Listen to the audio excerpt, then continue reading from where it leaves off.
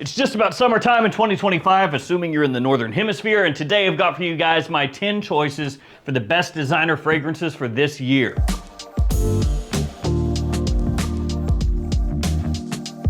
Hey friends, Ash here. Welcome back to Gents. Thank you for joining me. All the fragrances I talked to you about are going to be linked in the description below. And I'm going to kick things off with 3 really quick honorable mentions. These are fragrances that maybe I'm not going to wear quite as much as the other ones that I'm going to talk to you guys about, but they're ones that I wanted to bring up in today's video regardless. The first one is Ferragamo's Bright Leather, which is definitely under the radar for the majority of guys out there. It's a really nice mixture of fresh with like a leathery undertone, but it's still works during the summer, and it's going to remind you a little bit of Aqua Fahrenheit from Christian Dior, which has been discontinued for a while and is now super expensive. So if you really enjoyed Aqua Fahrenheit back in the day and you want something to scratch that itch, you can get Bright Leather. The next one, Missoni Wave, which is a really hyped, cheap fragrance, smells fantastic, super versatile, easy to wear, a compliment puller. It smells kind of in between Versace Pour Homme and Chanel Allure Homme Sport, so it's in that style. Not quite as heavy as Allure Homme Sport, not quite as like top heavy fresh as Versace Pour Homme. And then lastly, Montblanc Legend Blue, which is the newest in the Legend line, at least until they come out with a new one at some point. And this one is a modern take on the Legend Eau de Toilette DNA. It actually ends up smelling more similar to Parfums de Marly Percival than it does the original Legend. So you can almost think of it as like Percival on a budget to an extent, also has a nice aromatic edge to it as well. Now into the official top 10, starting off with number 10, Dior Homme Sport, which this stuff is fantastic. It's not just a summertime fragrance. You can wear this during spring easily, during fall. It's got a nice blend of like classiness while still being casual at the same time. Note-wise, you've got citrus in here, lemon, bergamot. You have pink pepper, elemi, and woods as well. And it smells really similar to Dior Homme 2020, only fresher, like you would expect. Not quite as forward with like the spicy woody aspects. Everything has been cleaned up, essentially. It's been smoothed out slightly compared to Dior Homme 2020. And I bring this up every time, but it's worth repeating for people who don't know this fragrance very well, or maybe who haven't smelled it before. Yes, it's called Dior Homme Sport. So if you see that and you think to yourself, okay, like a gym fragrance, I'm just gonna wear it to the gym and that's pretty much it, you're really doing a disservice to the scent, because as I mentioned earlier, extremely versatile. You can wear this stuff all over the place. A great work fragrance, a good day-to-day fragrance, kind of like a jack of all trades, really. And this is one that will commonly find its way into my spring lists as well. So like spring and summer, this is one of my go-tos. Really good stuff. Number 9 is Jimmy Choo Man Ice. Really affordable. If you buy this from discounters, it does not cost much at all. And I would suggest if you buy this, to go that route, because this is one of those ones that you can find a lot of times like 30 bucks, sometimes even less depending on when you're looking. And for that price point, it is an absolute steal. One thing with this, it is an eau de toilette and it does perform like a summertime eau de toilette. It's not crazy strong, so be aware of that. If you want really good performance here, you're gonna have to spray heavier. Technically, you could reapply throughout the day if you wanted to. It does have a great atomizer, pressurized. In terms of the notes, you have a lot of citrus in here. So there is bergamot off the top along with orange and citron. There's apple, cedar musk, and ambroxan as well. And it's gonna remind you a bit of Dior Homme Cologne, and also to a lesser extent, Chanel Allure Homme Sport Cologne. So that really icy, fresh citrus that those fragrances have, this has that as well, hence the name Ice. Great for really hot days, extremely brisk, fresh, enlivening, a good compliment puller as well. Just think of this one as more of like your high heat in the middle of the day type fragrances that's gonna make you feel a little bit fresher, a little bit cleaner, because it does have a really refreshing aspect when you spray it on. Now, as I mentioned, you can pick that one up at discounters for a great price, and that goes for pretty much everything here today. If you can find them at discounters, pick them up there, they're gonna be cheaper. And if you want them to be even cheaper still, here are a bunch of codes you can use across some of the biggest discounters on the internet. So the JOMASHOP codes only work within the JOMASHOP app, be aware of that, and they change every quarter. So if the current codes have expired, just check a newer video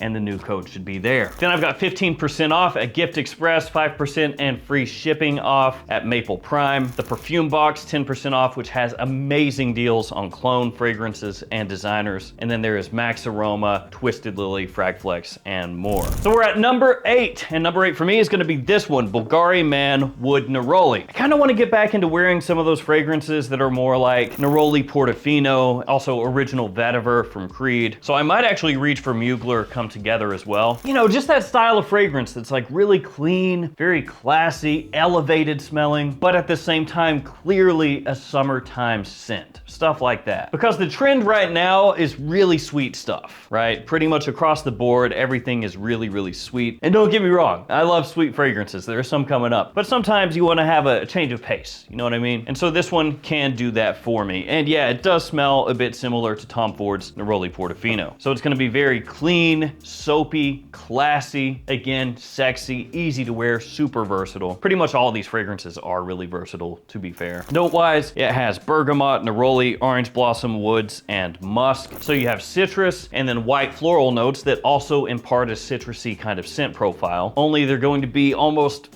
fluffy the way that they come across, those white florals. They have a nice softness to them, but then they do add additional depth. And so if you're looking for something soapy, clean, fresh, this will do that for you. I just talked about sweet fragrances, and number 7 is one of those. It's Le Beau, and this is the Eau de Toilette. Note-wise, not a whole lot going on. Bergamot, coconut, and tonka. That is it. But I had to put a Le Beau in here. The fragrances work exceptionally well for me, especially in getting unsolicited attention. Le Beau Le Parfum is one of the best for that, but I think that Le Beau Le Parfum is maybe a little too heavy for when it gets really hot during the summer. Although, to be fair, depending on what mood I'm in, what I'm gonna be doing, where I'm gonna be going, maybe I would go for like Le Beau Paradise Garden or even Le Parfum, maybe if it's like a night out. So you could almost say this is a stand-in for the entire Le Beau line to an extent. For summertime though, Le Beau Eau de Toilette, probably the most versatile one. Works during the day, works during the evening, either one. It does have that sweetness that you would expect, that coconut, that tonka, but then it has a little more freshness that helps kind of balance it out just a little bit. And the performance, really solid. So you don't have to worry about that. It's going to last, it's going to project. Also, it's typically the easiest one to find, which is another nice little bonus. When I say the easiest one to find, I mean for a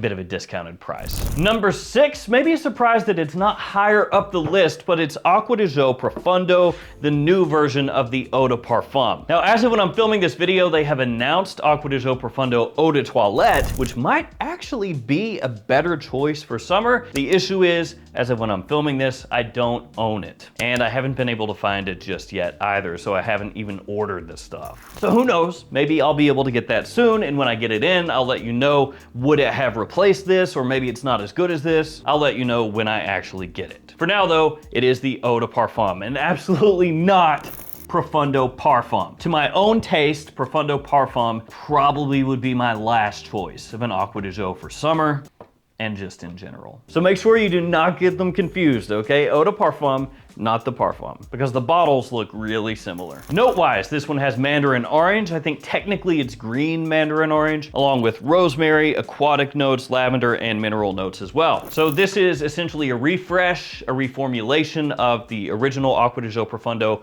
Eau de Parfum. You can still find both releases as of now. The original comes in a fully blue bottle instead of having the gradient like this one does. Both are great, both are fantastic, can't go wrong with either one. This one to me is a little bit sweeter than the original Profondo off the top, which can make it more appealing, can make it a little bit more of an attention grabber when you first spray it on. It's more modern, more masculine smelling than the original Acqua di Gio Eau de Toilette, and that's because of the mix of aromatic and mineral notes that you have in here along with that citrus off the top. Fantastic release, absolutely love the way that this one smells. The only reason it's here and not up here is because I have worn a whole lot of Acqua di Gio over the years, starting with the original Eau de Toilette all the way up through these newer ones. So it's time to work in some other things a little bit more. Number 5 is Polo 67. This is the Eau de Toilette, but I do want to say, depending on my mood, I may go for the Eau de Parfum over the Eau de Toilette. Just really depends on what I'm doing. The Eau de Parfum obviously going to be a little bit heavier than the Eau de Toilette, has more of a fruity sweetness off the top, a little bit more of a concentrated sweetness, I should say. Maybe not quite as fresh as the Eau de Toilette, talking about the Eau de Parfum, and it has more more of a heavy woodiness as it dries down in comparison to the EDT, or a more prominent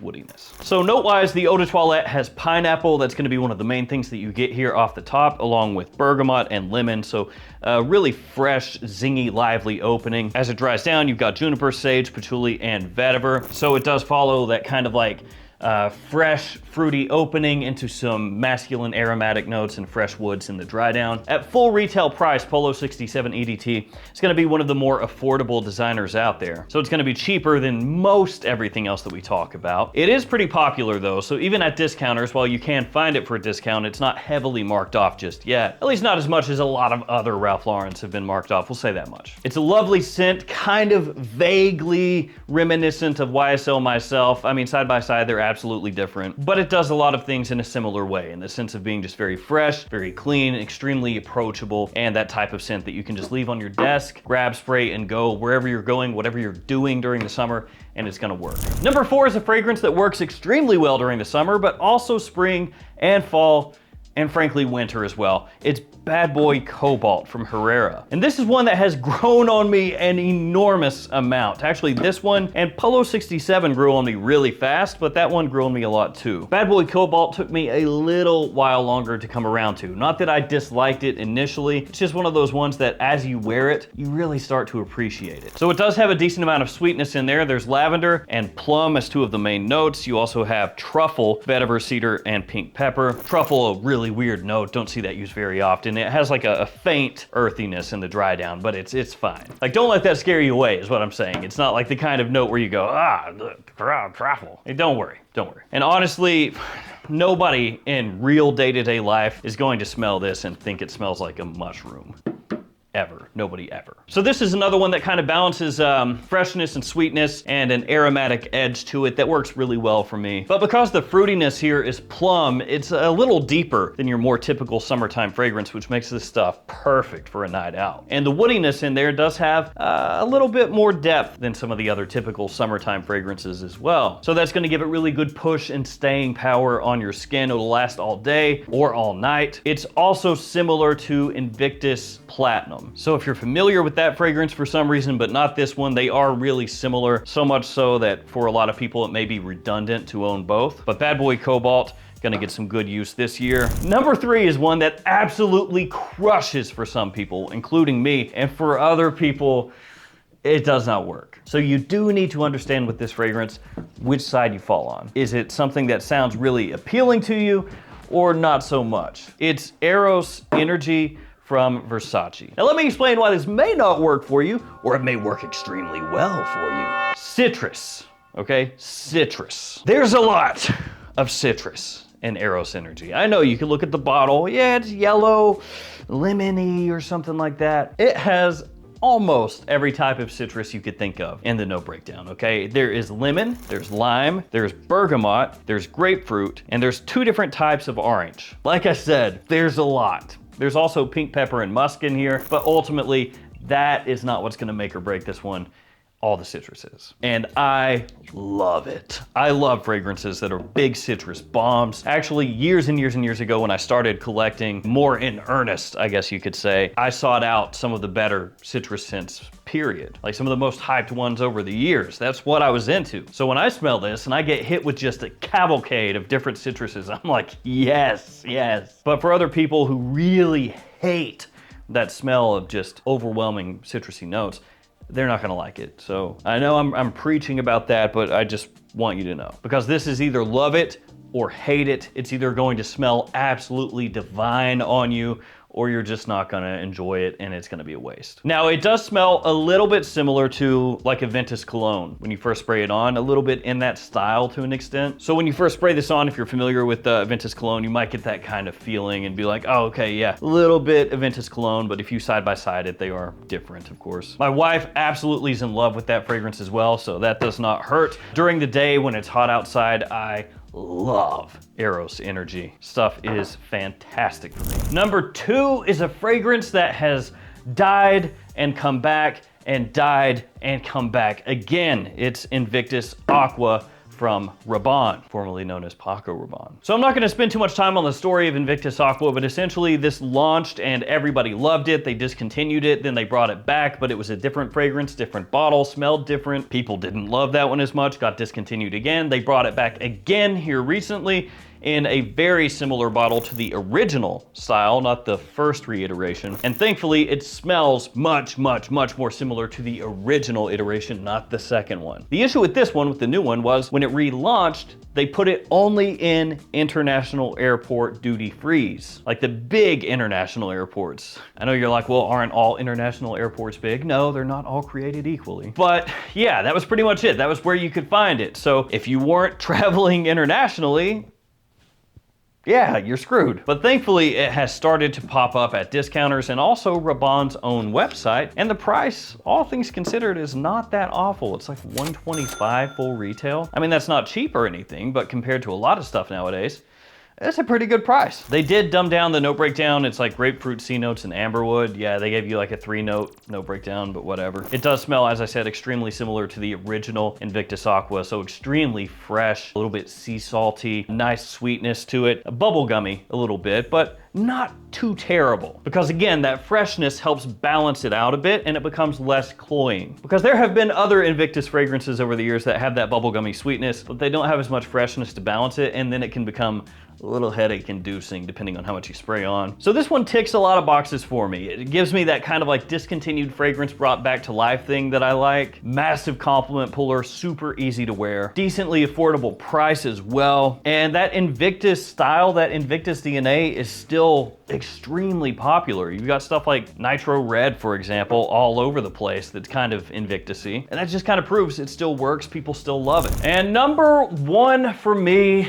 is actually kind of a throwback. It's one that heading into summer I've been wearing and I'm like, dang, man, I almost forgot how good this is. And it's become kind of addictive. I've been spraying it on a good amount and it's a really unique summertime fragrance. It's Praalom Low. So this is stuff that is clean, a little soapy, you know, a touch powdery, but also sweet. It's fresh, it is classy, but easy to wear in any situation. And it has iris, which I absolutely love. Along with that iris, there's neroli in here. There's ginger, there's sandalwood, and cedar. For a while, it was kind of difficult to find. Like at discounters, it just kind of poofed out of existence in the US, and then you couldn't really locate it, but thankfully you can find it easily now, so no issues there for now, knock on wood. And this stuff just works. If you're middle-aged, it works. Younger guy, it works. Older guy, it works. You do have to like iris, so that is one of the main things. If you hate iris, if you don't like a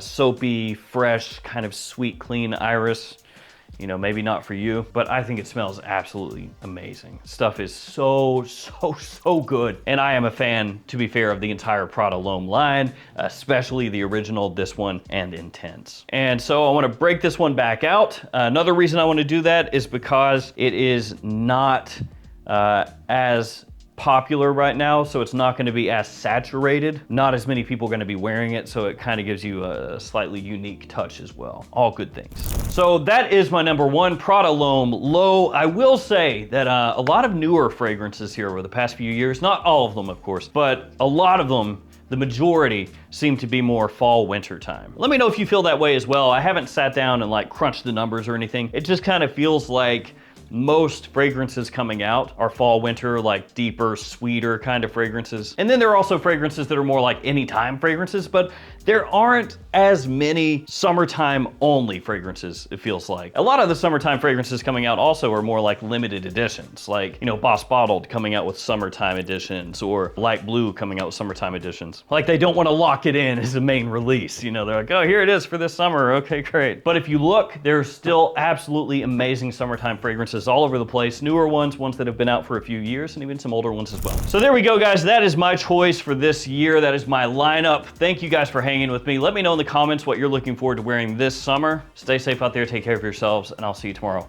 with another fragrance video. See you guys.